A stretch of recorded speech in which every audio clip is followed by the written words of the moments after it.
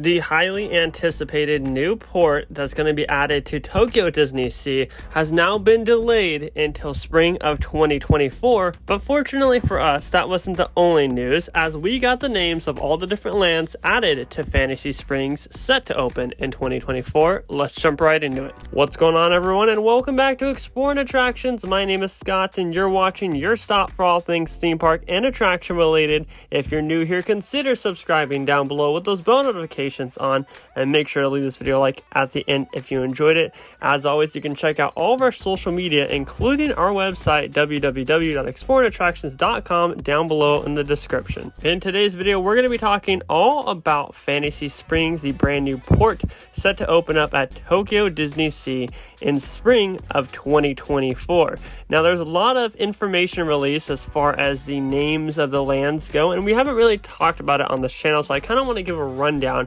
of each of the different attractions and experiences that will be featured in these three different lands, a part of Fantasy Springs. We also get a great look at some of the construction progress right now put out by Oriental Land Company, and of course some new concept art that none of us have seen, so let's dive right into it. First and foremost, the three names for the new lands a part of Fantasy Springs will be Rapunzels Forest, Frozen Kingdom, and Peter Pan's Neverland, with of course the addition of the brand new hotel, which is titled Tokyo DisneySea Fantasy Springs Hotel. This will be the second hotel actually attached to the theme park.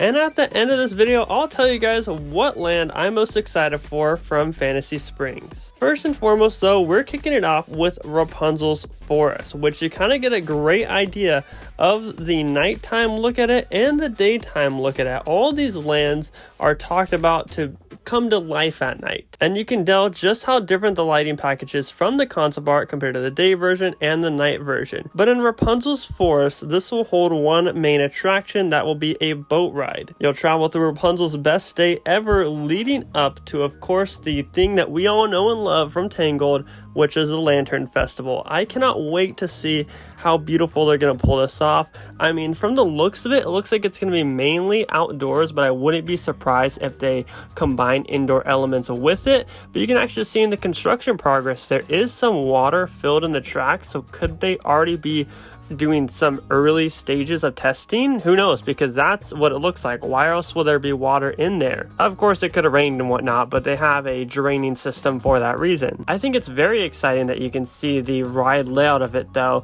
but like I said, it is a big question whether or not this will feature indoor elements, because right now it just looks like outdoor. I think that this attraction is going to be so much fun, especially since there's no other Tangled boat ride or Tangled attraction for that matter in the world of the different Disney parks. So this will be a first, and I'm super excited to board this attraction. Unless, of course, you're counting the Tangled bathrooms at Disney's Magic Kingdom. Also a part of this land will be the Snuggly Ducklings Tavern and a couple other themed restaurants. But overall, the land looks super beautiful already, and I really like the whole forest aspect to it. Moving into Frozen Kingdom, where the gates of the Arendelle Castle have opened once again for guests seeking an exciting adventure that will take them through the story of how Elsa got her magical powers. This attraction will also have guests board a boat, and the boat looks exactly the same as the one from the Frozen attraction over at Epcot. It's unclear to us whether or not how much that will relate to it, but this is kind of going down a different path of the storyline. This is how Elsa got her powers. Epcot's a slightly different story though, but I do think it will use the same ride system. Obviously you're going to be in a boat,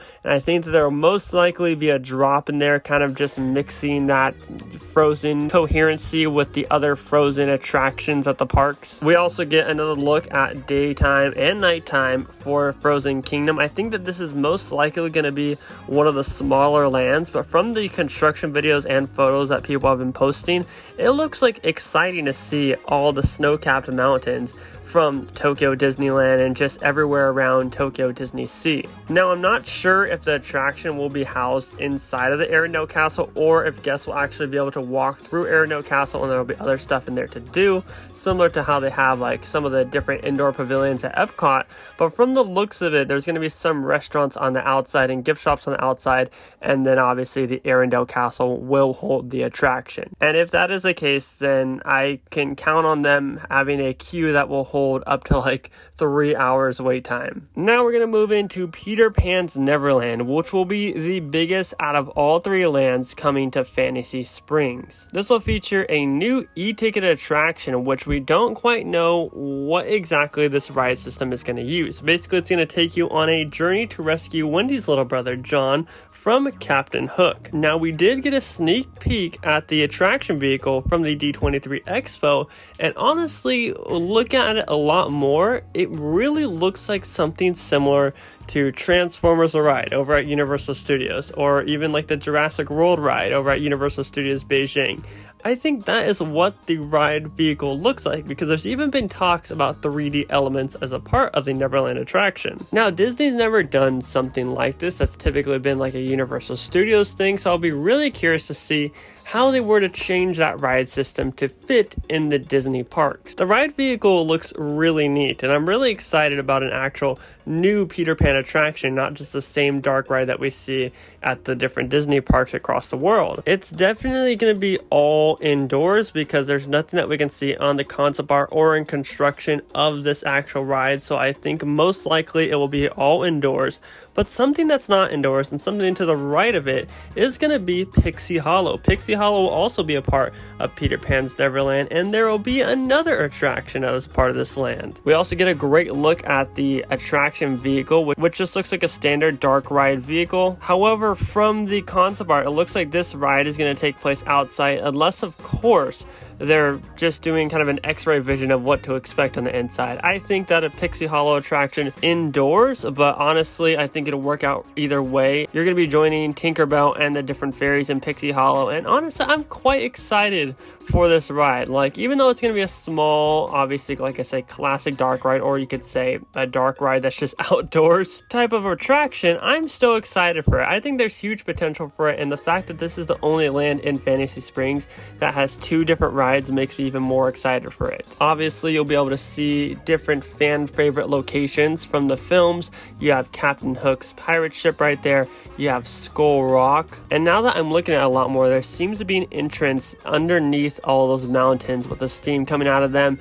That, like I said, could easily be the main e-ticket attraction, or there could be more stuff in there. We see it at the Tokyo Disney parks, where they have an actual indoor section for the Little Mermaid, so they could be doing something like that with Peter Pan's Neverland, and of course the main attraction being there somewhere. I don't know, it's kind of the unknown right now, because we can't see inside. All we can see is the outdoor construction progress. Nonetheless though, I'm going to say right now, out of all the 3, I'm most excited for Peter Pan's Neverland, and then second would most likely be Rapunzel's Forest.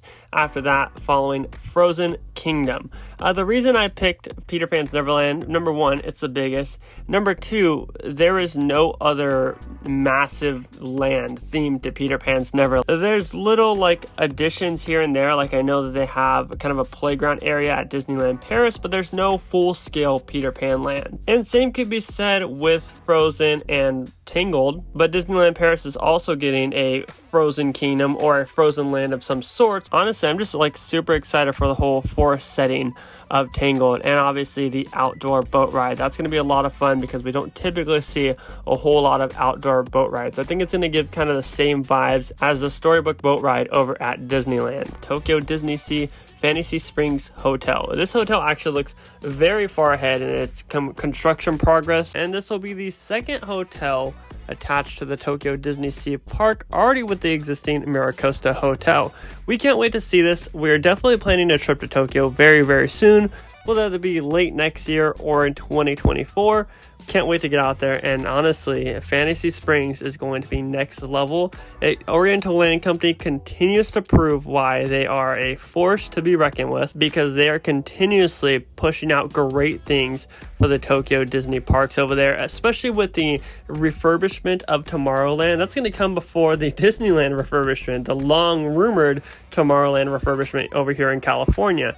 I can't wait. I think, like I said, they're going to hit big with Fantasy Springs, and honestly, with the success of Fantasy Springs in Tokyo, I can't wait to see the success over at Disneyland Paris or Disney's Paris Hollywood Studios park. But anyways, everybody, I want to know down below in the comments section what land you're most excited for as a part of the Fantasy Springs expansion, the brand new port getting added to the Tokyo DisneySea theme park. Let us know down below in the comments section. Anyways, everybody, my name is Scott, and you have all been watching Exploring Attractions. Make sure to leave this video a like if you did enjoy it, and please subscribe with those bell notifications on. Positivity is key, and most importantly, remember to keep exploring. Peace out, everybody.